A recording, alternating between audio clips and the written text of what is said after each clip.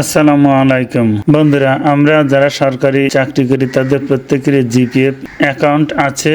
এই অ্যাকাউন্ট বিবরণী আমাদের প্রত্যেক বছরের দেখতে হয় এবং সরকারি চাকরিজীবীদের বিভিন্ন ধরনের লোনের ক্ষেত্রেও এই জিপিএফ এর হিসাব বিবরণী জমা দিতে হয়। তো এই জিপিএফ হিসাবের বিবরণী আমাদের ট্রেজারি অফিসে আনতে গেলে প্রথমে আবেদন করতে হয়, তারপরে 2-1 দিন অপেক্ষা করতে হয়। তো এটা অনেক বিড়ম্বনার একটা বিষয়।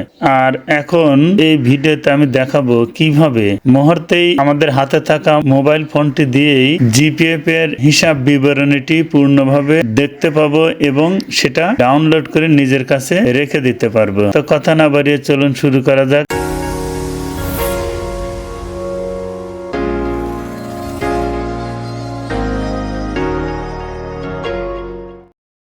প্রথমে আমরা যাব হলো আমাদের যে কোনো একটি ব্রাউজারে, যেমন আমি আমার ফোনের গুগল ক্রোম ব্রাউজারে যাচ্ছি। তো আমি আমার ফোনের গুগল ক্রোম ব্রাউজারের উপর টাচ করি।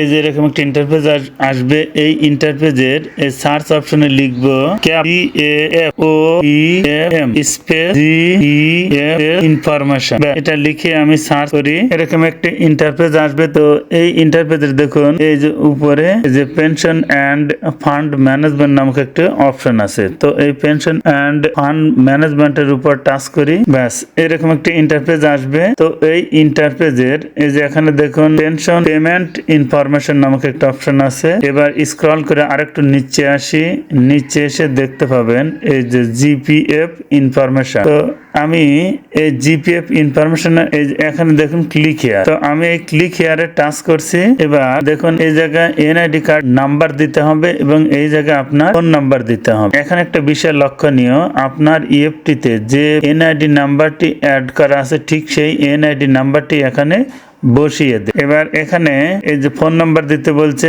এখানেও আপনার ইএফটিতে যে ফোন নাম্বারটি অ্যাড করা আছে ঠিক সেই ফোন নাম্বারটি এখানে বসিয়ে দেয় এবং সেই ফোনটি অবশ্যই আপনার নিকটে থাকতে হবে, কারণ সেই ফোনে আপনার ওটিপি কোড পাঠানো হবে। তো সেই ওটিপি কোডটি নেওয়ার জন্য অবশ্যই আপনার সেই ফোনটি কাছে রাখবে। এবার এনআইডি নাম্বার এবং ফোন নাম্বার বসিয়ে দিলাম। আমি এখন এই সাবমিট অপশনের উপর এবার ওটিপি কোডের জন্য একটু অপেক্ষা করে, এই যে আমার ওটিপি কোডটা অলরেডি চলে আসছে।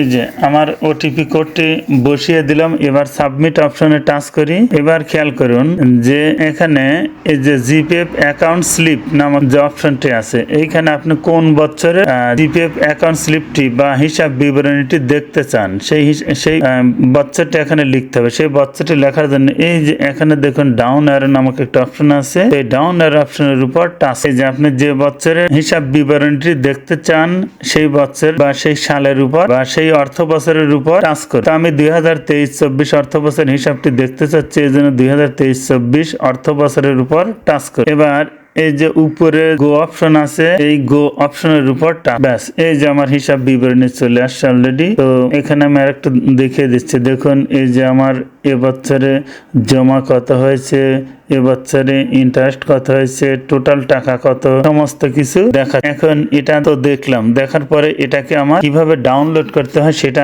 আমি আপনাদের দেখিয়ে দিই। এখান থেকে ডাউনলোড করব এবং সেটা গ্যালারিতে দেখতে পাবো। এজন্য আমাকে যেতে হবে, ডাউনলোড করার জন্য যেতে হবে এই যে এখানে দেখুন 3 ডট নামক একটা অপশন রয়েছে। তো এই 3 ডট অপশনের উপর টাচ করি, বাস এখানে দেখুন যে ডাউনলোড নামক একটা অপশন আছে। তো এই ডাউনলোড অপশনের উপর ব্যাস এটা ডাউনলোড হয়ে গেল।